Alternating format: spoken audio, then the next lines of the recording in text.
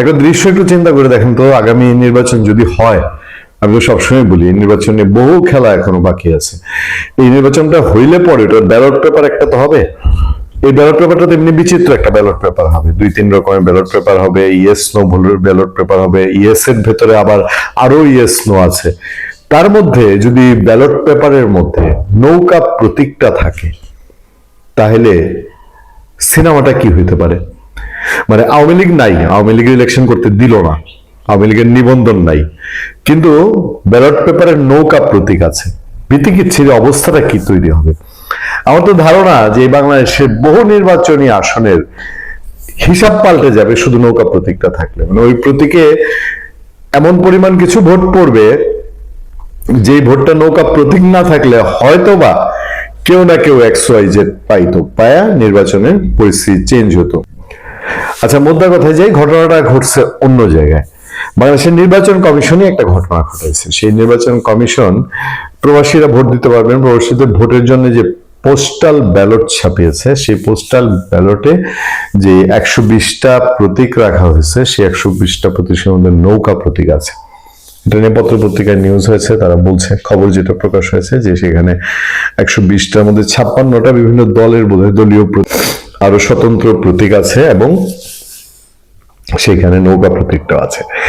এবার নৌকা সহজ এখন প্রবাসীদের কাছে এই ব্যালট পেপার যাবে, তখন যে রিপোর্টটা আমরা দেখলাম সেখানে প্রশ্ন তোলা হয়েছে যে প্রবাসীরা যদি ধুমায়া নৌকায় ভোট দিয়ে দিয়ে ছবি ছাড়ে যে আমরা নৌকায় ভোট দিছি সোশ্যাল মিডিয়ায়, তখন অবস্থাটা কি হবে? এর তো কিছু রিপারকেশন আছে। আবার কেন নিবন্ধন নাই আওয়ামী লীগের, সে নিবন্ধন না থাকার পরেও এখানে আপনার নৌকা প্রতীক রাখা হয়েছে, এটা নিয়ে নির্বাচন কমিশনের পক্ষ থেকে কোনো সদুত্তর পাওয়া যায় না। তারা বলছে দেখবো, আচ্ছা এটা হাতে আসলে পরে পরবর্তী ব্যবস্থা নেওয়া যাবে, কেন এটা আছে না আছে, নিশ্চয়ই এগুলো নিয়ে বহু কাহিনী ঘটবে। আচ্ছা, কিছু প্রশ্ন করি।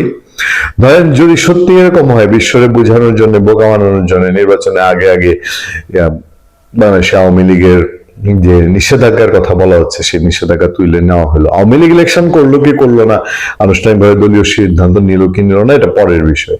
কিন্তু যেহেতু মানে এই কলকাঠিটা সরকারের হাতে, সরকার আওয়ামী লীগ নিষেধাজ্ঞাটা তুলে নিল, তাহলে কি এই পথ খোলা রাখা যে নিষেধাজ্ঞা তুলে নিয়ে বিশ্বরে দেখানো যে আওয়ামী লীগের তো আমরা নিষেধাজ্ঞা তুলে নিচ্ছি, নির্বাচন করতে দিচ্ছি, সেই জন্য ব্যালট পেপারে তো তখন আবার ইলেকশনের 5 দিন 7 দিন 10 মানে তফসিল ঘোষণার 2 দিন আগে বা তফসিল ঘোষণার সাথে সাথে তো আর ব্যালট পেপার চেঞ্জ করা যাবে, এখন তো করতে হবে এই কাজগুলো, তো এখন ব্যালট পেপার প্রস্তুতি নিয়ে রাখতে হবে।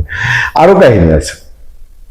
আরো কাহিনী হলো যে আওয়ামী লীগ বিহীন নির্বাচন, এইটা দিনকে দিন, যত দিন যাচ্ছে এই গভর্নমেন্টের জন্য টাফ থেকে টাফ হচ্ছে, দেশের ভেতরে দেশের বাইরে। দেশের ভেতরে বিশাল ভোটার গোষ্ঠী বাদ পড়বে, বাদ পড়লে পরে যেই তকমাটা আওয়ামী লীগের উপরে আছে, সেই তকমাটা এই গভর্নমেন্টের উপরে আসবে, যে দেশের একটা বড় জনগোষ্ঠীকে বাদ দিয়ে তোমরা ইলেকশন করো। বাংলাদেশের মানুষ এটার স্টাইল বানায় ফেলছে কত, তাইলে 20 বছর ধরে, যে অংশ যখন ক্ষমতায় থাকবে সে আরেকটা অংশের বাদ দিয়ে ভোট করে ফেলবে, সেরকম একটা চাপে পড়বে। আর আন্তর্জাতিক মহল তো তারা চাপ দিচ্ছেই যে তোমরা ইনক্লুসিভ নির্বাচন করো।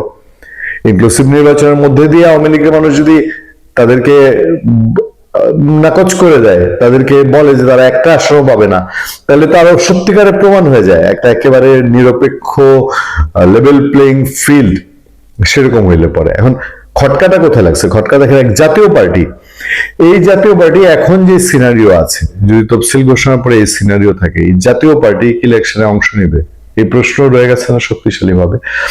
সেই সময়ে যখন নির্বাচন কমিশন ব্যালট পেপারে এই আওয়ামী লীগের নির্বাচনী প্রতীক নৌকা রাখে, এমন তো না যে নৌকা প্রতীক আর কাউকে দিয়ে দেওয়া হয়েছে, অন্য কোনো রাজনৈতিক দল নৌকা প্রতীক তারা ইলেকশন করবে।